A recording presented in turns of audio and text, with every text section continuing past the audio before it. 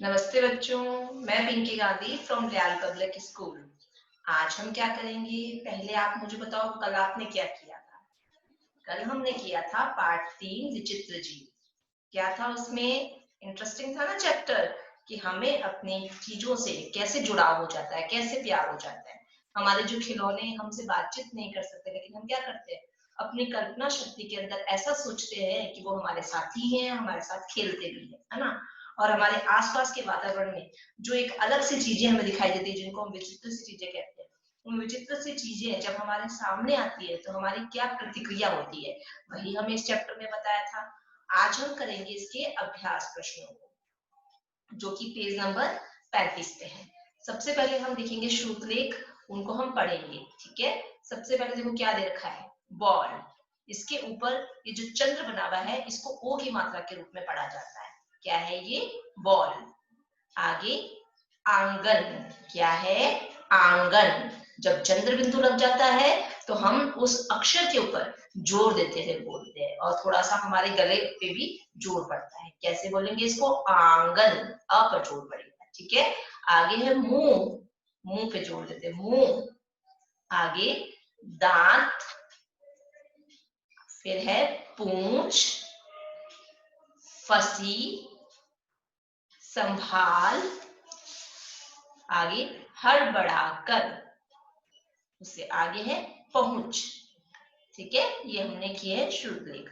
आगे हमें दे रखे हैं मुख से नीचे दिए गए प्रश्नों के उत्तर देने हैं हमें। ठीक है, एक शब्द में ही इनके उत्तर देते हैं। मौखिक प्रश्न है ये, और इनको अपनी बुक एक्सरसाइज के ही अंदर करते हैं। क जैसे दे रखा है, खुशी रोजाना किससे खेला करती थी? आप बताओ मुझे, क्या था उसके पास जो पूरी कहानी उसके आगे पीछे घूम रही है? क्या थी वो चीज? वो थी बॉल। उत्तर हम लिखेंगे, खुशी रोजाना बॉल से खेला करती थी। ख दे रखा है, बॉल को क्या अच्छा नहीं लगता था? क्या अच्छा नहीं लगता था? बॉल को टोकरी में रहना अच्छा नहीं लगता था। क्या लिखेंगे यहाँ पे? टोकरी में रहना। ठीक है। आगे ग दे रखा है, तालाब के जीवों में हलचल किसके कारण मची थी? क्या देखा था उन्होंने? जो तालाब के जीव थे, अचानक उनके सामने क्या आ गया था, जिससे वो सब आपस में एक उस पहले उस चीज को देख रहे थे, फिर उससे डर भी रहे थे। वहां था बॉल जैसी कोई चीज देखी थी उन्होंने पहली बार, जिससे वो डर भी गए थे। तालाब के जीवों में हलचल जो थी किससे मच गई थी? जब उन्होंने पहली बार बॉल जैसी कोई चीज देखी थी। घ दे रखा है, खुशी के पिता क्या थे? उत्तर लिखेंगे हम, खुशी के पिता एक किसान थे। चलो एक बार वापस देखते हैं। आप मुझे फटाफट से इसके उत्तर देते जाओगे, क्योंकि ये तो एक छोटी सी कहानी थी जो हमें याद ही है ना। बताओ मुझे, खुशी रोजाना किससे खेला करती थी? बॉल से। बॉल को क्या अच्छा नहीं लगता था? टोकरी में रहना। तालाब के जीवों में हलचल किसके कारण मची थी? पहली बार जब उन्होंने बॉल जैसी कोई चीज देखी थी। खुशी के पिता क्या थे? एक किसान थे। आगे हम करेंगे लेखनी से। प्रश्न 1 जो इसमें देखा है, सही शब्द से खाली जगह भरनी है। ठीक है। क दे रखा है, डैश बॉल बहुत दूर चली गई। कैसे गई थी? जो बॉल थी वो दूर कैसे चली गई थी? तैरते तैरते। कैसे गई थी? तैरते तैरते। इस शब्द को, जो एक जैसे शब्द आ जाते हैं उनके बीच में जो डैश बन जाता है, उन शब्दों को कहते क्या है? उन्हें कहते हैं शब्द युग्म वाले शब्द। जब एक जैसे दो शब्द आ जाते हैं तो उसको बोलते हैं शब्द युग्म शब्द। ठीक है। आगे है, हमें दे रखा है ख, तालाब के जीवों में गेंद को देखकर डैश मच गई थी। क्या मच गई थी? यहाँ पे क्या लिखेंगे हम? हलचल मच गई थी। क्या मच गई थी? हलचल। तालाब के जीवों में गेंद को देखकर हलचल मच गई। ग दे रखा है, बगुला अपनी चोंच डैश पर मारने लगा। किस पर मार रहा था बगुला, जो उसकी चोंच फंस गई थी उसके अंदर? यहाँ लिखेंगे हम बॉल। बगुला अपनी चोंच बॉल पर मारने लगा। घ दे रखा है, डैश ने बंदर को फल समझा। किसने फल समझ लिया था? बंदर ने। बंदर ने गेंद को फल समझा। चलो एक बार फिर से पढ़ते हैं। ठीक है। क दे रखा है, तैरते तैरते बॉल बहुत दूर चली गई। ख, तालाब के जीवों में गेंद को देखकर हलचल मच गई। ग, बगुला अपनी चोंच बॉल पर मारने लगा। घ दे रखा है, बंदर ने गेंद को फल समझा। ये हो गया बच्चों हमारा प्रश्न एक खाली जगह। अब हम करेंगे प्रश्न 2। सही वाक्य के आगे हमें, सही का और गलत के आगे हमें क्रॉस का निशान लगाना है। ठीक है, सबसे पहले क दे रखा है, खुशी के पास एक डॉल और एक बॉल थी। सही है क्या? ये डॉल भी थी क्या? नहीं थी ना, तो ये गलत हो गया। ख लिखेंगे, खुशी के पिता एक किसान थे क्या? किसान थे? श्योर हो साहब आप सब, है ना, किसान ही थे, तो हम यहाँ पे लगाएंगे सही।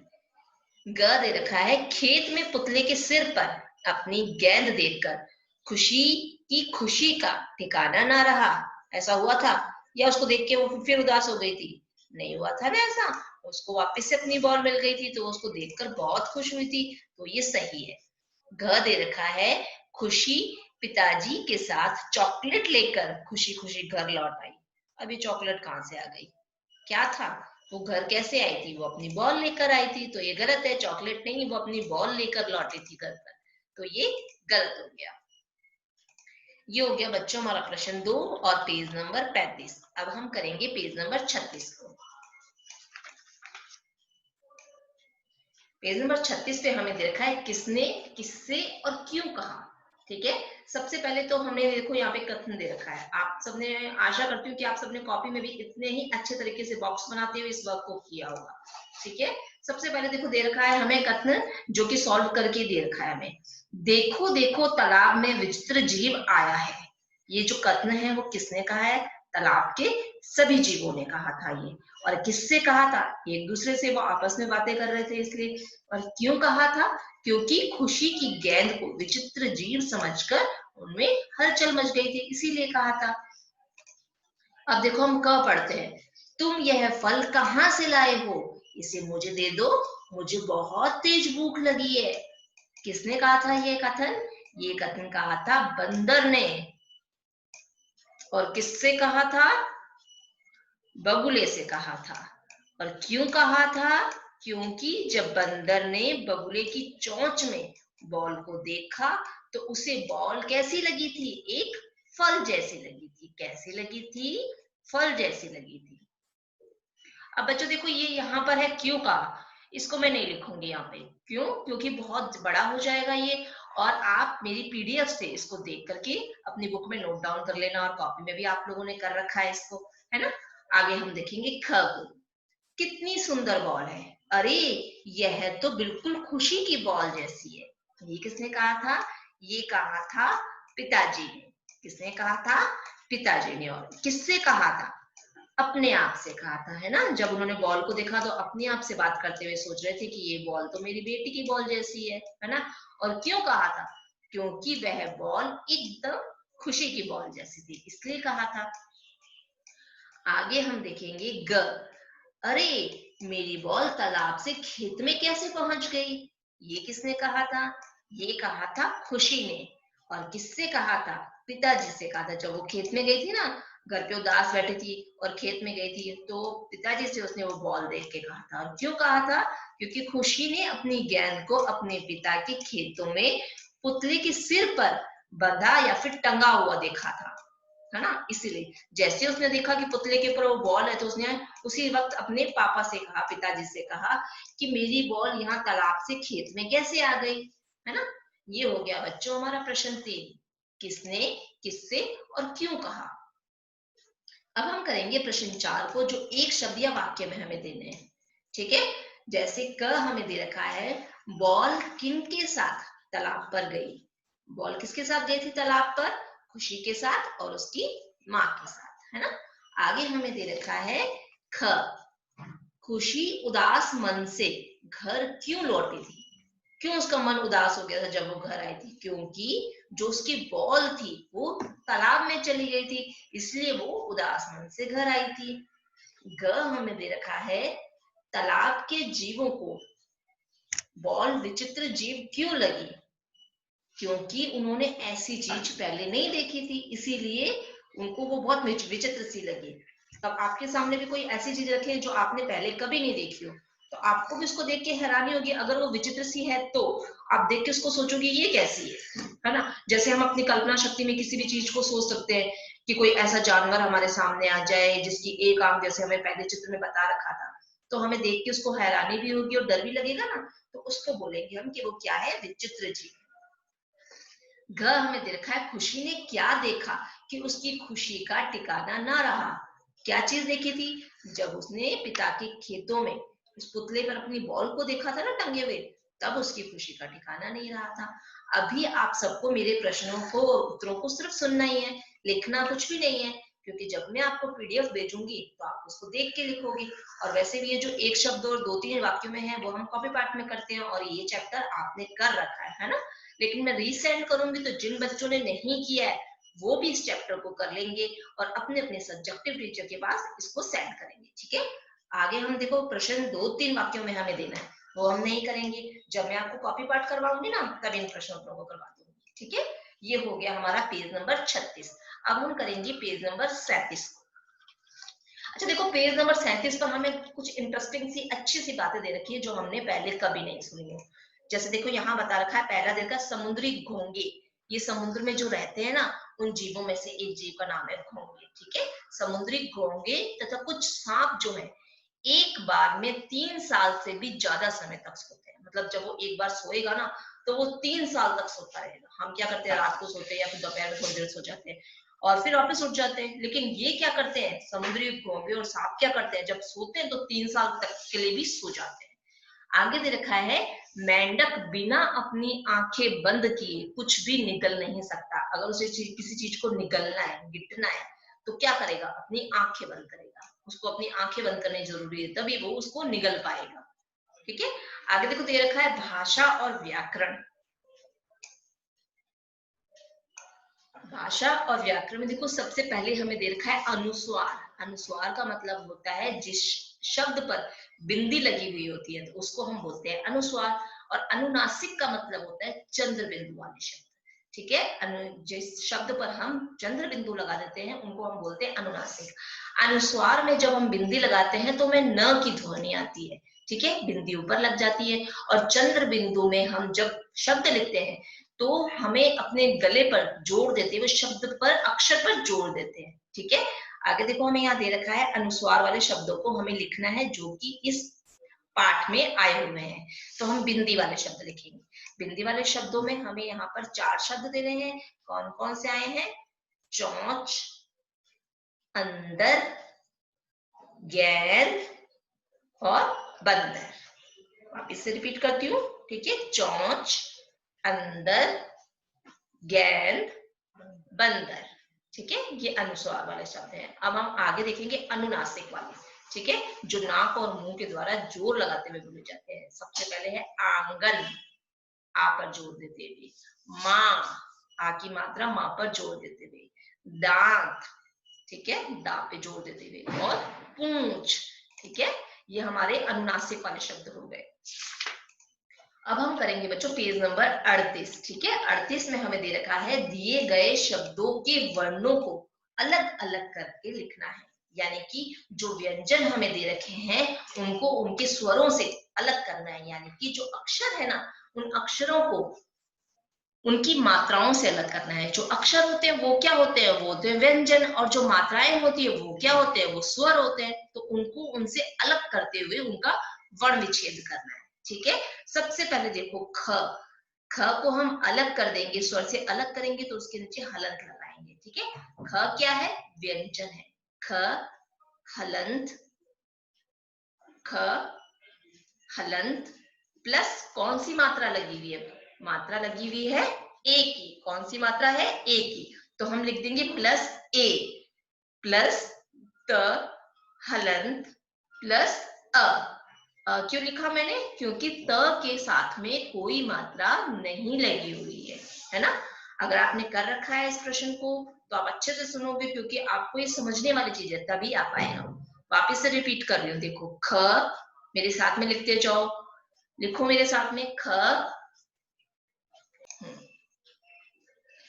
ख, यहाँ देखो हमने क्या किया, ख के नीचे हलंत लगाया है, ठीक है, क्योंकि हमने उसके स्वर से इसको अलग कर दिया। प्लस ए, क्योंकि ए की मात्रा लगा रखी है हमने ख पर। प्लस त, उसके नीचे हलंत, ठीक है, क्योंकि हम उसको उसके स्वर से अलग कर रहे हैं। प्लस अ, क्योंकि त के साथ में कोई मात्रा नहीं है, इसीलिए हमने अ लिख दिया। अ क्या शो करता है, क्या दर्शाता है हमें, कि उस अक्षर के साथ में कोई भी मात्रा नहीं है, ठीक है। अब हम लिखेंगे ज, ज व्यंजन है, इसको हम अलग करते हुए ज के नीचे हलंत लगाएंगे, और हलंत हमेशा व्यंजन के नीचे ही लगता है। ज के साथ में कौन सी मात्रा दे रखी है, बड़ी ई की दे रखी है, इसलिए हमने बड़ी ई लिख दिया। प्लस व, व के नीचे हलंत लगाएंगे, व्यंजन है। प्लस व के साथ में कौन सी मात्रा है, मुझे बताओ, कोई मात्रा नहीं है ना, इसीलिए हमने क्या लिख दिया, अ, ठीक है। ये हमारा हो गया जीव।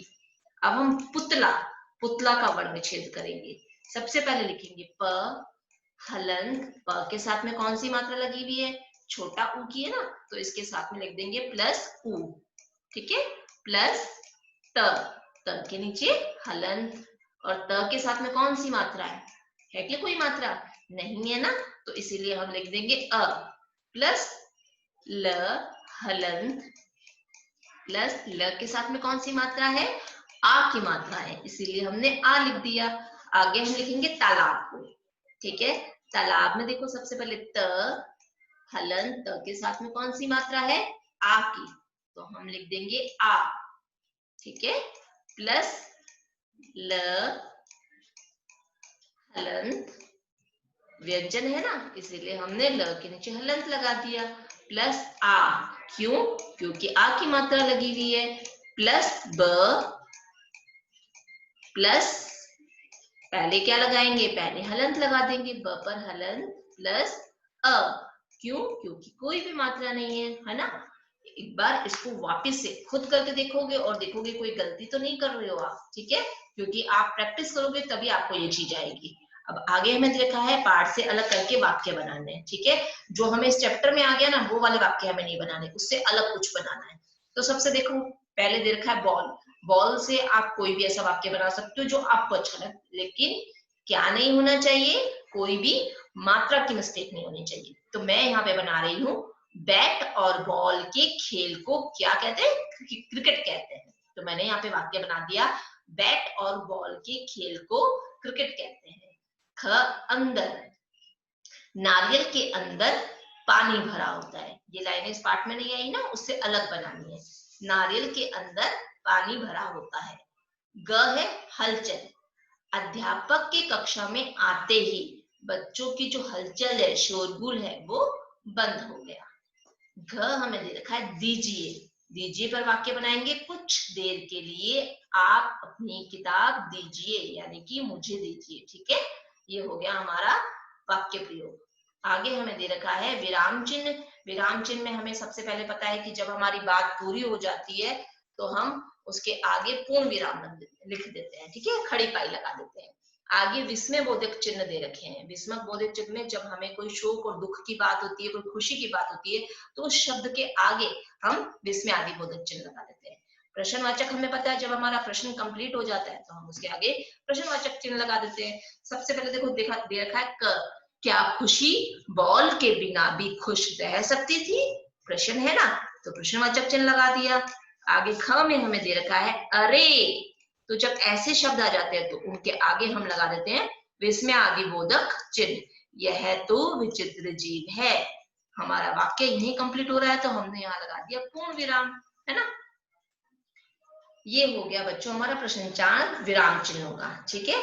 हमारा अध्याय जो है पाठ है उसका बुक एक्सरसाइज हमारा यही कंप्लीट होती है, पूर्ण होती है। आशा करती हूँ कि आपको सभी प्रश्न बहुत अच्छे से समझ में आ गए होंगे। फिर भी अगर कोई कठिनाई हो, कोई चीज नहीं समझ में आ रही हो, तो आप हमसे पूछ सकते हो, ठीक है। और ये वर्कशीट जब आपके साथ ये जो अध्याय है आपके पास आ जाएगा, तो आप इसको कंप्लीट करके अपनी अपनी सब्जेक्टिव टीचर्स के पास इसको भेजेंगे। आज की मेरी कक्षा यही समाप्त होती है। धन्यवाद।